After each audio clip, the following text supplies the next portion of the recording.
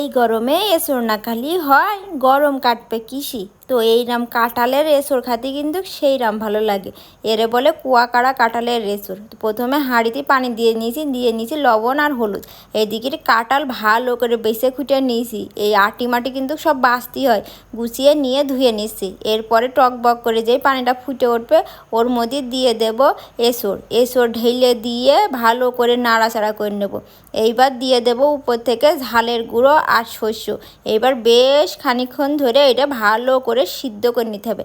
এমন করে সিদ্ধ করতে হবে যাতে ঘুরতে গেলে কষ্ট না হয়। এই দিকেরই কাঁঠালটা হতে থাকুক, ওই দিকেরই তেলে দেওয়ার জন্য পেঁয়াজ আর রসুন গুছিয়ে নেব। এই গুছাতে এই দেখো কি সুন্দর সিদ্ধ হয়ে গেছে। এবার ভালো করে ঘুটে নিতে হবে।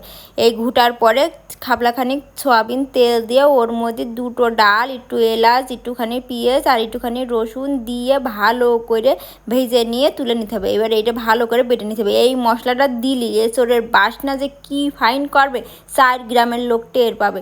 এবার এটা ভালো করে বেটে নিতে হবে। এবার তেলে দেওয়ার জন্য রসুন আর পেঁয়াজ ভালো করে ভেজে ওর মধ্যে একটুখানি জিরে গুঁড়ো দিয়ে ভালো করে নাড়াচাড়া করে এবার এই এসরের মধ্যে ঢেলে দিয়ে ভালো করে সব মশলা একসঙ্গে ঘুটে নিলেই হয়ে যাবে কুয়াকাড়ার এসর।